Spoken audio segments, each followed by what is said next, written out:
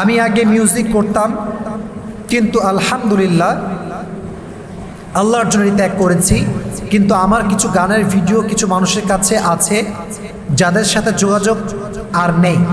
শুনেছি সাদকায়ে জারিয়ার মতো গুনাহের জারিয়াও আছে। তাহলে কি তারা আমার গান যদি শুনে আমার আমলনামায় কি গুনাহ লেখা হবে? আমার একটি প্রশ্ন হলো, যখনই আমি কোনো ভালো কাজ করি লোকজন সুনাম করে, তখন তো শুনতে খুব ভালো লাগে এবং আবার সে কাজটি করতে ইচ্ছা হয় যেন মানুষ আবার সুনাম করে। কিন্তু তারপরেই বিবেকে নাড়া দেয় যে আমার দ্বারা রিয়া হয়ে গিয়েছে। রিয়া মানে হচ্ছে লোক দেখানো কাজ।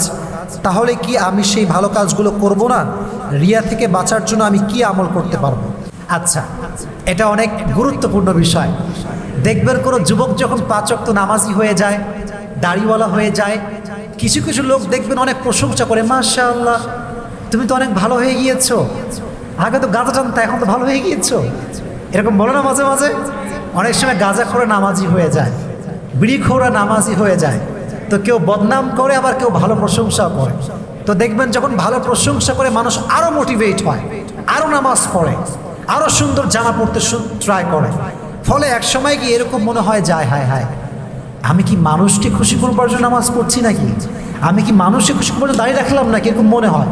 এটার ব্যাখ্যাটা আসলে কি? আচ্ছা দেখেন প্রিয় ভাইয়েরা, আমি আমার কথা বলি। এই যে আমি আজকে আমাকে আজকে অনেকে চেনে, হয়তো আমাকে অনেকে শুনে, আমার মাহফিলে অনেক লোক সমাগম হয়।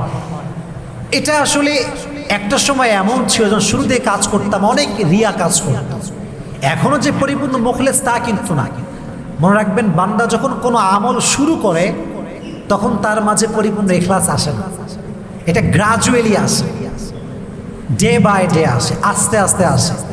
আপনি যখন প্রথমের দিকে নামাজি, আপনি পরিপূর্ণ আল্লাহর জন্য নামাজ পড়তে পারবেন না, রিয়া চলে আসবে, বেসিক লেভেলে আসবে।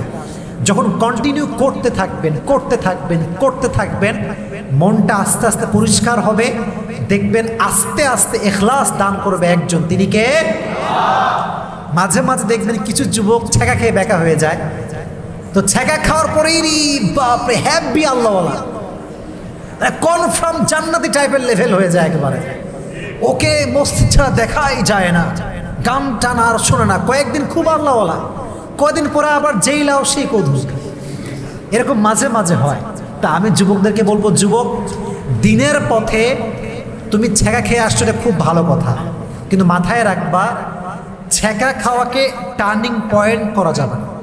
এর কারণ যদি এইটা টার্নিং পয়েন্ট হয় তাহলে খুব ক্ষতি হবে। কারণ যখন তোমার কষ্ট দূর হবে তখন তুমি আবার বেনামাজি হয়ে যাবে, তখন তুমি আবার গাঁজাখোর হয়ে যাবা, মদখোর হয়ে যাবা। তাহলে কি হতে হবে? নামাজ পড়ছি আমি আল্লাহর জন্য, যতদিন বেঁচে আছি ছ্যাঁকা খাই আর না খাই আমার সব কাজ আল্লাহর জন্য। কবরে যাওয়ার আগ পর্যন্ত আমি 5 ওয়াক্ত নামাজি হয়ে কবরে যাবো ইনশাআল্লাহ। জয় বলেন ইনশাআল্লাহ। অতএব রিয়া, এটা যে তোমার মাথায় আসছে যে আমি রিয়া করছি, এটার অর্থই হচ্ছে তোমার মাঝে ইখলাস আছে। কথা কি বোঝা যাচ্ছে?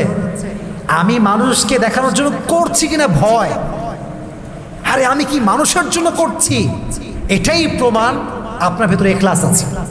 কারণ যদি ইখলাস নাই থাকতো আপনি এই প্রশ্ন কখনো করতেন না।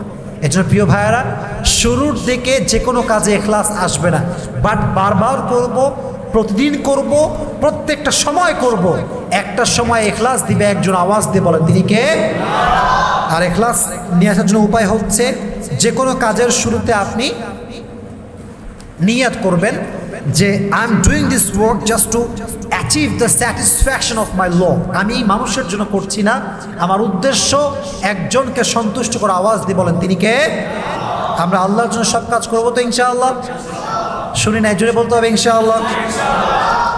আমি আগে মিউজিক করতাম, কিন্তু আলহামদুলিল্লাহ আল্লাহর জন্য ত্যাগ করেছি। কিন্তু আমার কিছু গানের ভিডিও কিছু মানুষের কাছে আছে যাদের সাথে যোগাযোগ আর নেই। শুনেছি সাদকায়ে জারিয়ার মতো গুনাহের জারিয়াও আছে। তাহলে কি তারা আমার গান যদি শুনে আমার আমলনামায় কি গুনাহ লেখা হবে?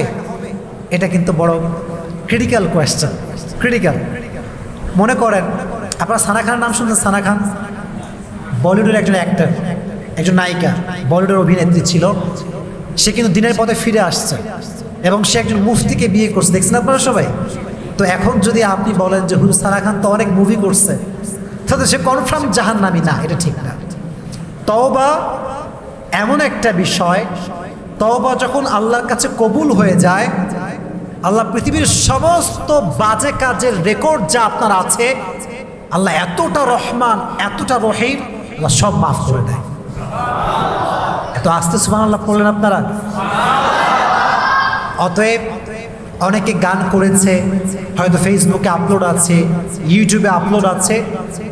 যদি তোমার মন খালেস থাকে, যদি তোমার মন পবিত্র থাকে, যদি তুমি সম্পূর্ণ আল্লাহর পথে ফিরে আসো, কেউ না দেখলেও দেখে একজন, জোরে বলেন, শোনে একজন, বোঝে একজন, সব কিছুর পর্যবেক্ষণকারী একজন, কেউ খবর না রাখলেও রাখে একজন। টেনশন নাই, গান থেকে যাক, সমস্যা নাই। তোমার আল্লাহ হার্ট দেখবে, তোমার হার্টে কি আছে। তোমার মন যদি পবিত্র থাকে, আল্লাহ তোমাকে সমস্ত গানের গুনাহ মাফ করে দিয়ে জান্নাতে প্রবেশ করাবে ইনশাআল্লাহ। অতএব যা আছে আছে, whatever you have, doesn't matter. যদি আমি ফিরে আসি, আমার কোনো ভিডিও, আমার কোনো সং আমার গুনাহের আসবে না, যদি আমার তওবাটা পরিপূর্ণ খালেস থাকে। এর কারণ ব্যাখ্যা আছে। আমি যা করেছি এটা কি আমার বর্তমান না অতীত? আল্লাহ মানুষকে অতীত দিয়ে জাস্টিফাই করেন। এই হাদিসটা মাথায় রাখবেন।